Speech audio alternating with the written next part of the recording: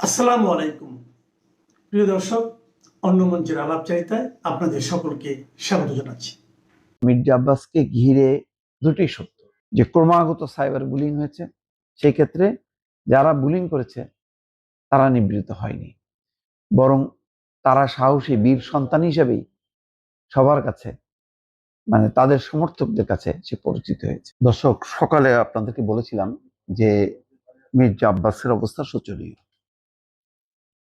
সর্বশেষ খবর হচ্ছে যে তার মস্তিষ্কে অস্ত্রোপচার হয়েছে এবং তার যে ছবিগুলো গণমাধ্যম এবং সোশ্যাল মিডিয়াতে প্রকাশিত হয়েছে সেটা খুবই ভয়াবহ।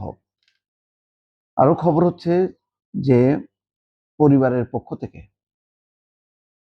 যে পরিকল্পনা নেওয়া হয়েছিল যে এয়ার অ্যাম্বুলেন্সে করে তাকে সিঙ্গাপুরে নেওয়া হবে, শেষ পর্যন্ত সেটাও বাতিল করা হয়েছে। কারণ মির্জা আব্বাসের শারীরিক অবস্থা এখন এমন এক পর্যায়ে যে এই অবস্থায় তাকে বাইরে নেওয়ার মতন সেই অবস্থায় নেই। স্বাভাবিকভাবে বুঝতে পারছেন যে ক্রিটিক্যাল অবস্থায় সাধারণত এয়ার অ্যাম্বুলেন্সে করে দেশে বাইরে নেওয়া হয়। ক্রিটিক্যাল অবস্থাটা কোন পর্যায়ে তিনি, যে এখন নেয়ার মতো তার অবস্থা নেই।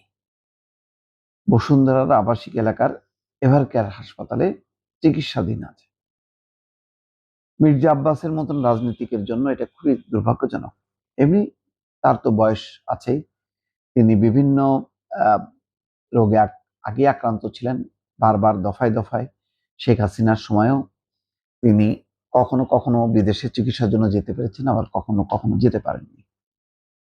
নির্বাচনকে ঘিরে এবং সরকার গঠনকে ঘিরে তার জীবনে দুটি ঘটনা ঘটেছে। একটা হলো পুরো নির্বাচনের সময়টা তিনি সাইবার বুলিং এর শিকার হয়েছে।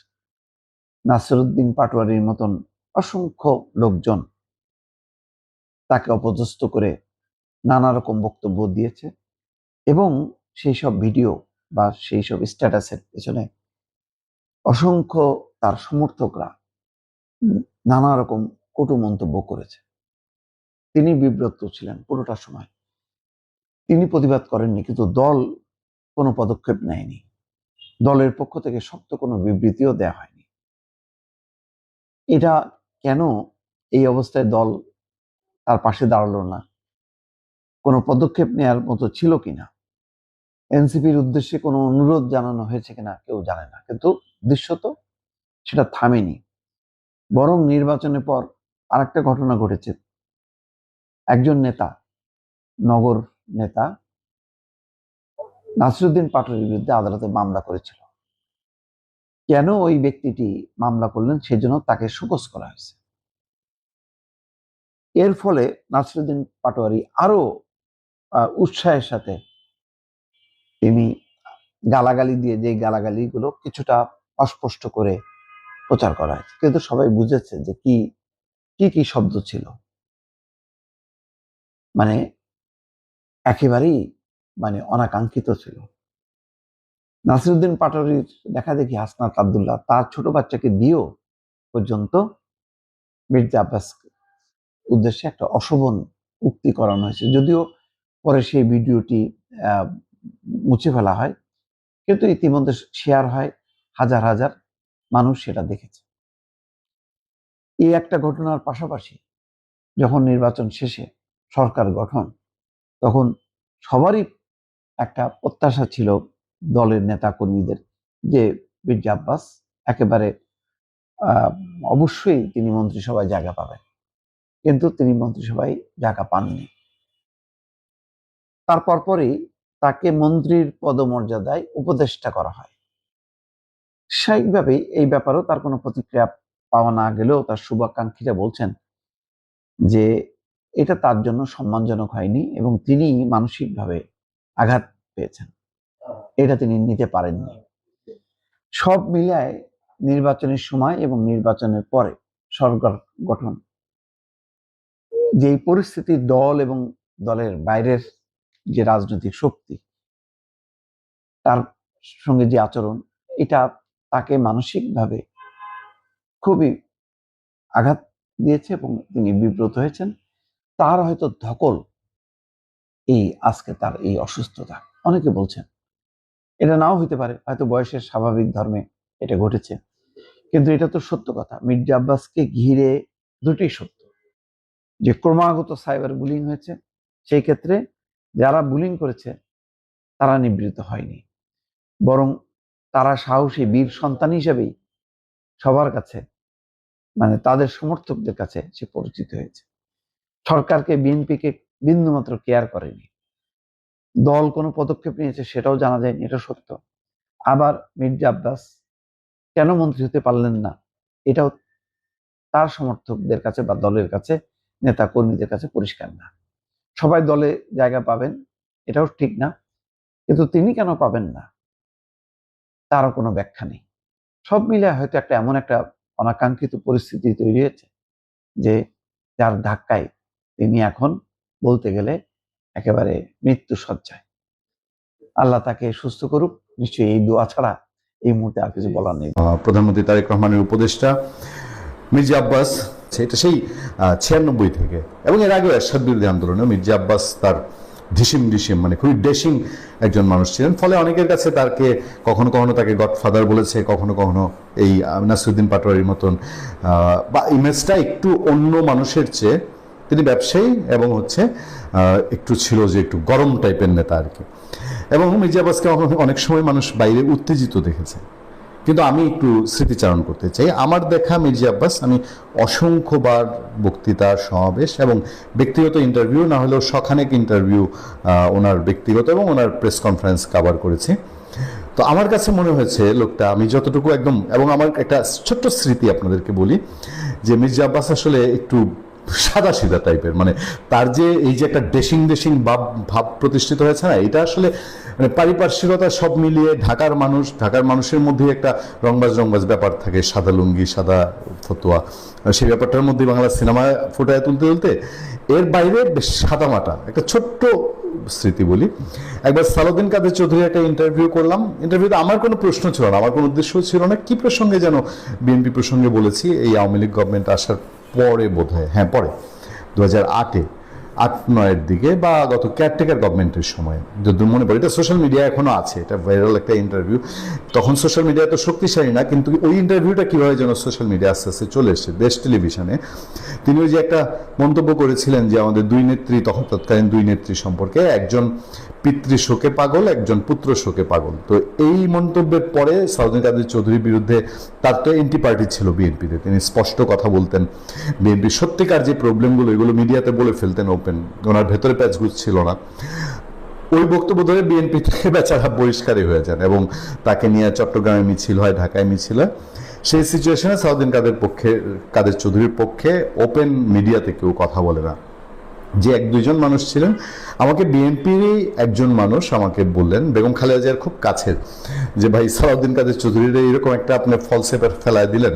আমি বললাম যে ভাই আমি ফলসে ফেলি নাই, আমি ইন্টারভিউ করছি, উনি ইন্টারভিউতে বলে ফেলছে, আমি প্রচার করছি, হ্যাঁ, আর আমার টেলিভিশন যেহেতু এটা পাইছে, প্রচার করছে। তো বলে তাইলে ওনার পক্ষে একটা লোক কথা বলবে, সেটা হলো মির্জা আব্বাস, আপনি মির্জা আব্বাসের একটা ইন্টারভিউ নেন। তো আমি মির্জা আব্বাসের এখানে গেলাম, তার সেই শাহজাহানপুরের বাসায়, সেখানে ইন্টারভিউ হলো। তার আশেপাশের যারা তার সেই সময় পিএস ছিলেন তারা আছেন, এখন তাদের হয়তো মনে আছে। তো উনি প্রায় আধা ঘন্টা হবে ইন্টারভিউ, এবং তাতে সালাউদ্দিন কাদের চৌধুরীর ফেভারে বললেন। বলার পরে তখন ক্যাসেট ক্যামেরা, আমাদের আজকালকার যুগে স্মার্ট ক্যামেরা বা ডিভাইস নাই, তো ওই ক্যাসেট ক্যামেরায় রেকর্ড হওয়ার পরে হঠাৎ কে যেন সে আব্বাস ভাইকে কানে কি একটা বললো। তো না এই ইন্টারভিউ প্রচার করা যাবে না, এই ইন্টারভিউ বাবু তুমি করো, মুছে ফেলো। তো আমিও অফিসে অনেক কথাবার্তা বললাম, আমি বললাম আব্বাস ভাই তো মানেই না, হ্যাঁ ইন্টারভিউ আগে এখানে তার চোখের সামনে ডিলিট করতে হবে। উনি আমাদের ক্যামেরাম্যানও বিশ্বাস করে না, উনি আবার তার ক্যামেরাম্যান টেনে আনালো। মানে আমার যা মনে হলো যে উনি একটা সাদা মাথা মনে, উনি মানে কোনো প্যাচঘুষ ছাড়া ওনার যা বলা লাগে উনি বলে ফেলছে। তারপরে কেউ বোধহয় বলছে যে এখন এটা বললেন না, পরে সালাউদ্দিন কাদের চৌধুরীর তুফানটা আপনার উপরে যাবে। এই হচ্ছে মির্জা আব্বাস আমার দেখা, এবং আমি আরো অনেক জায়গায় দেখেছি তাকে। ওই হুট করে কেউ একটা কিছু কানে বললো, মাথায় চড়ে। আদতে লোকটা খারাপ না, আপনারা যেভাবেই দেখেন না কেন। গত ইলেকশনের আগে থেকে ওই এনসিপি এই বৈষম্যবিরোধী ছাত্র আন্দোলন, ইনকেলাব মঞ্চ, ছাত্র শক্তি ফক্তি, আরো কি কি মঞ্চ ফঞ্চ দাঁড়িয়েছে, যে আনিস আলমগীরের নামে সাংবাদিক আনিস আলমগীরের নামে মামলা করলো না, আবার একটা কি এইসব জুলাই, মানে জুলাই নাম যেটা আগে যেরকম ওই শেখ পরিবার অথবা বঙ্গবন্ধু অথবা জাতির জনক অথবা মুক্তিযুদ্ধ নাম শব্দগুলোর সাথে থাকলে অন্য যে কোনো কিছু জায়েজ হয়ে যেত, এখন সাথে জুলাই শব্দটা থাকলে জায়েজ হয়ে যায়। এই গোষ্ঠীগুলার একটা পুঁজি হলো আওয়ামী লীগ। যতক্ষণ আওয়ামী লীগ নিয়ে খিস্তিখেউর করতে পারে, গালিগালাজ করতে পারে, ততক্ষণ তাদের রাজনীতি। আর ইলেকশন কেন্দ্রিক আইসা নাসিরউদ্দিন পাটোয়ারির পুঁজি হয়ে গেছিল মির্জা আব্বাস। মির্জা আব্বাস খাইলো না ঘুমাইলো, হাঁটলো, বাইকে হাঁটলো না তেরা হাঁটলো, এইগুলো নিয়ে সে প্রতিদিন একটা বয়ান দিত। আর সোশ্যাল মিডিয়া আমরা যারা কাজ করি, আমাদের ছোট ভাইরাও, তাদেরও রুটি রুজির ব্যাপার। ওই নাসিরউদ্দিন পাটোয়ারির এই বয়ানটা তখন খুব একটা, মানে এই বয়ানগুলো ছোট ছোট ক্লিপ, নাসিরউদ্দিন পাটোয়ারি নিজেও এগুলো ইন্টারেস্টেড কিনা।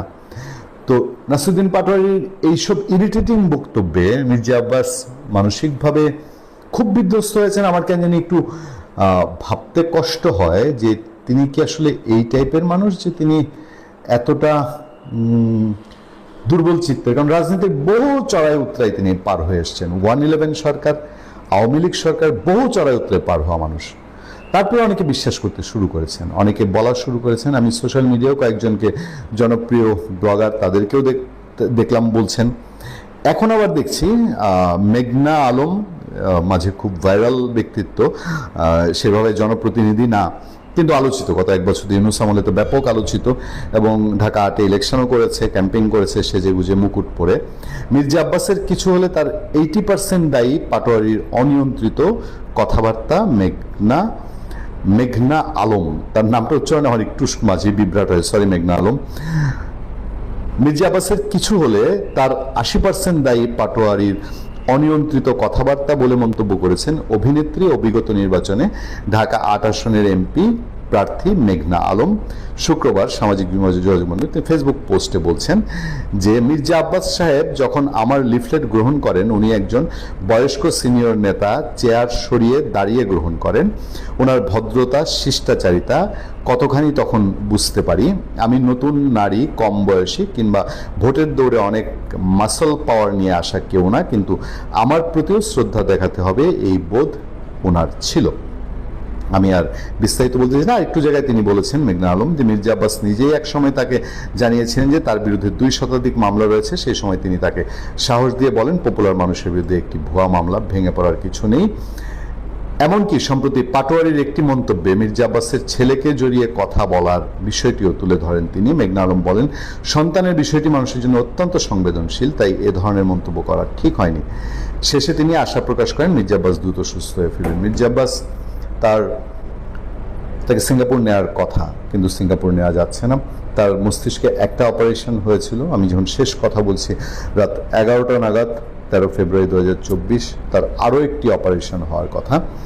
বাংলাদেশের তার ভোটারদের কাছে একজন জনপ্রিয় ব্যক্তিত্ব। এই আসনে মির্জা আব্বাস এবং আওয়ামী লীগের সাবের হোসেন চৌধুরী, দুজনের মধ্যে বরাবর বাঘে মহিষে লড়াইয়ের মতন মুখোমুখি লড়াই হতো। ওই আসনটা হেভিওয়েট আসন, এই দুই নেতাকে দিয়ে, নর্থের যে নাসিরউদ্দিন পাটোয়ারি দিয়ে। এবং এবারে মেটিকুলাস ডিজাইন বলেন বা ভাগবটোয়ার নির্বাচন বলেন, এই নির্বাচনে নাসিরউদ্দিন পাটোয়ারির যে আওয়াজ, এটা এই নির্বাচনের জন্য আওয়াজ। এখানে যদি সাবের হোসেন চৌধুরী এখন 1 কদম ফেলেন, নাসিরউদ্দিন পাটোয়ারিদের লক্ষ কদম পেছনে ছুটতে হবে। লড়াইটা ভবিষ্যতে যদি আবার হয় মির্জা আব্বাসের পরিবার আর সাবের হোসেন চৌধুরীর মধ্যে। সুতরাং পাটোয়ারির এইসব বক্তব্য ইরিটেট যদি করে থাকে মির্জা আব্বাসকে, আমি জানি না, মেঘনা আলমরা বলছেন, সোশ্যাল মিডিয়ায় বলা বলি হচ্ছে, এতটা কি পাটোয়ারির বাড়াবাড়ি করা ঠিক হয়েছিল কিনা। কারণ তফসিল ঘোষণার পরেই এই মহাচন্য রাষ্ট্রপতি বলেছিলেন যে উনি পদত্যাগ করতে রাজি, উনি পদত্যাগ করবেন। এরপরে আবার বলছেন যে যদি বিএনপি চায় তাহলে উনি ওনার টার্ম পুরোটা শেষ করতে হবে। দুটোটা কথাই কিন্তু বলছেন, মানে দুই দিকে খুশি রাখছেন। কারণ প্রথমটা বলার পরে আবার বলছেন যে না আপনি এটাও বলেন, তখন এইটাও বলছে। এতে ওনার যেভাবে ইচ্ছে সেভাবে করে রেখেন, তা আমার আর আপনার কিছু করার নাই। তো বিএনপির তারেক রহমান হাসার কারণ আছে। তার কারণ হচ্ছে সে আসছিল মানে যে দেখো রাষ্ট্রপতিকে গাইল দিতেছে। তা আমার যতটুকু মনে হয় কি জানেন, এই যে এদের সামনে তো 2টা পথ, জামাত এনসিপির সামনে 2টা পথ। একটা হচ্ছে যে জুলাই সনদ আনতে হবে, রাষ্ট্রপতিকে বহিষ্কার করতে হবে, ইমপিচমেন্ট করতে হবে, জেলে নিতে হবে, ফাঁসি নিতে হবে, জাহান্নাম করতে হবে, বহুত কিছু। আর আমার যেটা মনে হয় কি জানেন, এর দোনোটাই ঝুলিয়ে রাখবে তারেক। তারেক দুইটাই ঝুলিয়ে রাখবে, মানে জুলাই সনদও করবে না, রাষ্ট্রপতিকে রাখবে, পরে ওদের চয়েস দিবে তোমরা কোনটা চাও, রাষ্ট্রপতির বহিষ্কার না জুলাই সনদ, দুইটার একটা বাসো, দোনোটা হবে না। আর এগুলা নিয়ে এই রাষ্ট্রপতি আর জুলাই সনদ নিয়ে সংসদ গরম করবে, কারণ অন্য কিছু নিয়ে তো গরম করার নাই, কারণ দুর্ভিক্ষ চলবে ভাই। আর 3 মাস পরে সারা পৃথিবী দুর্ভিক্ষের মধ্যে পড়ছে, আর বাংলাদেশ কোন ছাড়। এগুলো নিয়ে একটা হইয়ে দুর্ভিক্ষের অবস্থা, তো এগুলো নিয়ে যাতে মানুষ কথা না বলে, মানুষ যাতে খালি বারবার দেখে যে এইখানে আন্দোলন, হেরা সংসদের ভিতরে কাউ কাউ ওরা কুত্তার মতন, এগুলো দেখার জন্য আপনার ইয়ে থাকবে।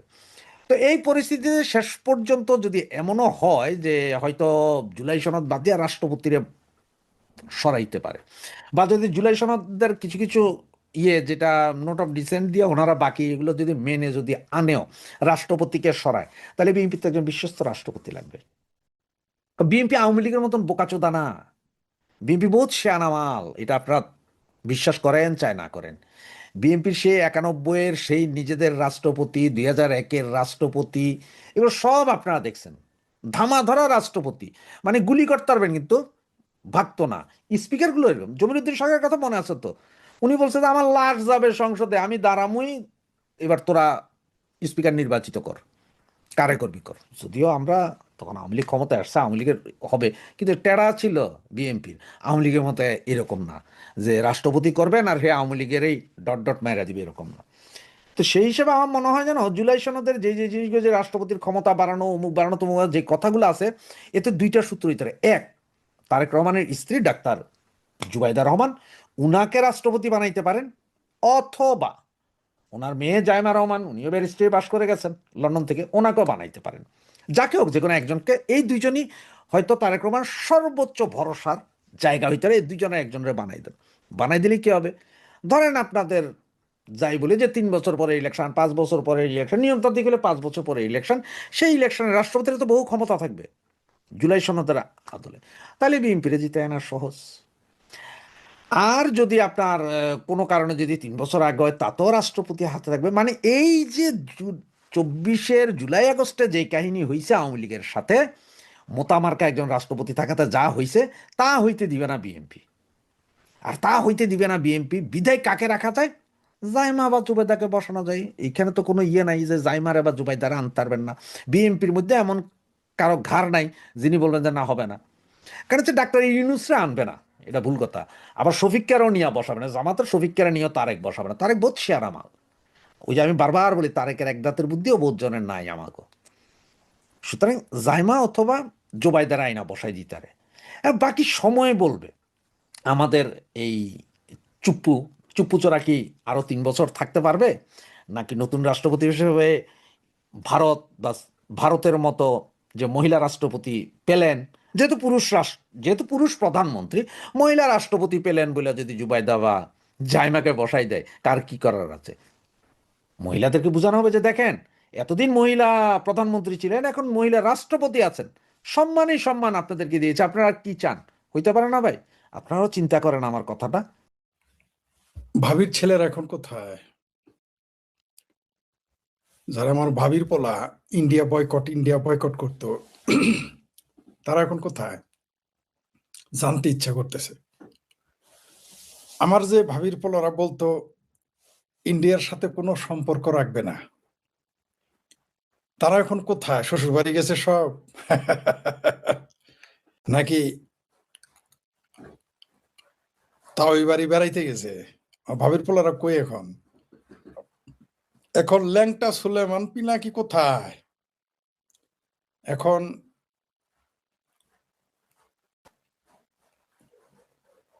ওই যে গালফোলাম তার কোথায়? India boycott. বিপিনুর কোথায়? ইন্ডিয়া বয়কট আন্দোলন করলো। সেই সকাল আমার ভাবির পোলা জামাত শিবিরের বট বাহিনী কোথায়, যারা ইন্ডিয়া বয়কট করলো? কোথায় তারা এখন?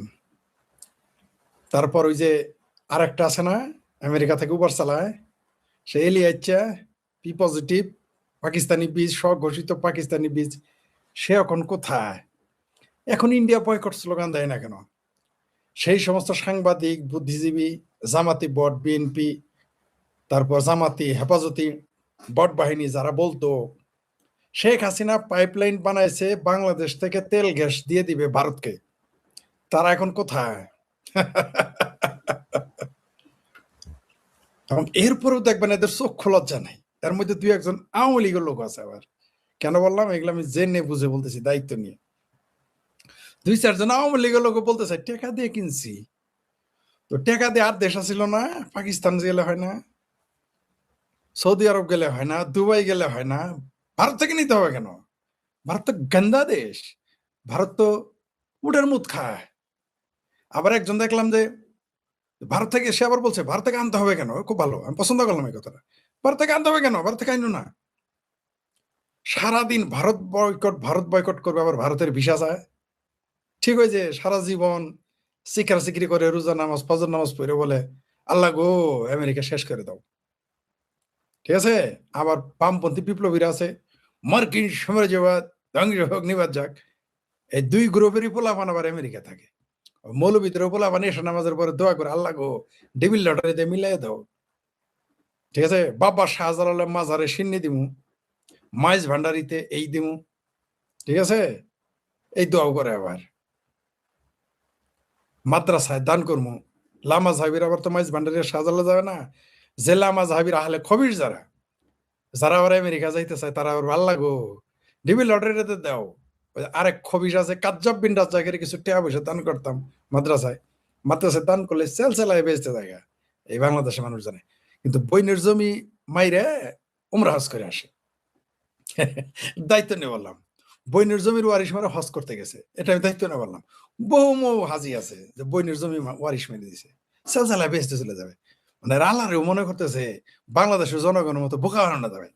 এরা মনে করছে আল্লাহ বোধহয় বাংলাদেশের বট বাহিনী কথায় যেরকম বাংলাদেশের জনগণ উল্টে উল্টে যায়, বাংলাদেশের বট বাহিনীর কথায় মনে করে যে আল্লাহ বোধহয় যে বাংলাদেশের বট বাহিনীর আল্লাহ আলোচনায় বায়াস্ট হয় বোধহয়। আল্লাহ বইনের ওয়ারিশ মেরে, বাতিজার ওয়ারিশ মেরে, বাইকনের ওয়ারিশ মেরে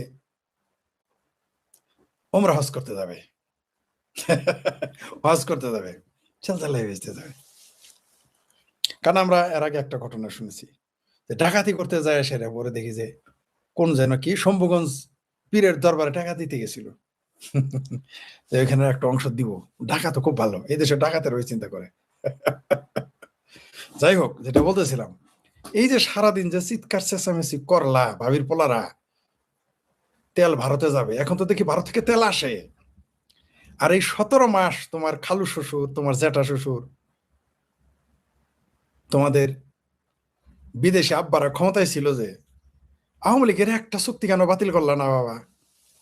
ও বাবির পোলারা, আওয়ামী লীগের একটা খারাপ চুক্তি বাতিল, 25 বছরের গোলামির চুক্তি, শেখ হাসিনার আবার বোনাস কিছু চুক্তি ছিল, সব নাকি দেশ বিরোধী। একটা চুক্তি বাবা বাতিল করে দেখাইতে পারলা না। আওয়ামী লীগ খারাপ, আমরা তো একটু দেখতে চাইছিলাম। তোমরা না এত প্রচার চালাইলে, এখনো বিশ্বাস করো, মানুষের বলো একটা চুক্তি বাতিল করলা না কেন? তোমার আব্বারা ক্ষমতা, আচ্ছা বাদ দিলাম, তখন বলবা যে এনএস সরকার ক্ষমতা ছিল তোমাদের। এখন তো তোমরাই বিরোধী দলে আর সরকারি দলে। আজকে দেখলাম মুক্তিযুদ্ধের মন্ত্রী বললো খালেদা জিয়া হলো প্রথম মুক্তিযোদ্ধা। এলো আমাদের মুক্তিযোদ্ধা মন্ত্রী বয়ান। আমার মনে হয় যে কবে না জানি বইলে বেশে যে খালেদা জিয়ার যে চাকরানি ছিল, ফাতেমা নাকি নাম, সে মুক্তিযোদ্ধার কমান্ডার ছিল বা স্বাধীনতার ঘোষক ছিল ফাতেমা। এই ঘোষণা যে দেয় নাই আমাদের মুক্তিযুদ্ধ মন্ত্রী, এটাই আমাদের কপাল। এটা কোন কথা? খালেদা জিয়া নাকি প্রথম মুক্তিযোদ্ধা। সেই মুক্তিযোদ্ধার দলের পুত্র এই দেশের মুসলেকা প্রধানমন্ত্রী হয়ে সেই সংসদে স্বাধীনতা বিরোধীদের শোক প্রস্তাব আনছে, যেটা আদালতের রায় ফাঁসিয়েছে। বুঝতে পারছেন তো? যাই ওই প্রসঙ্গে যাচ্ছে না, তেল প্রসঙ্গে থাকি। কোথায় আধিপত্যবাদ বলে চাপা মারা, সিংহবাম, ভারত ছাড়া।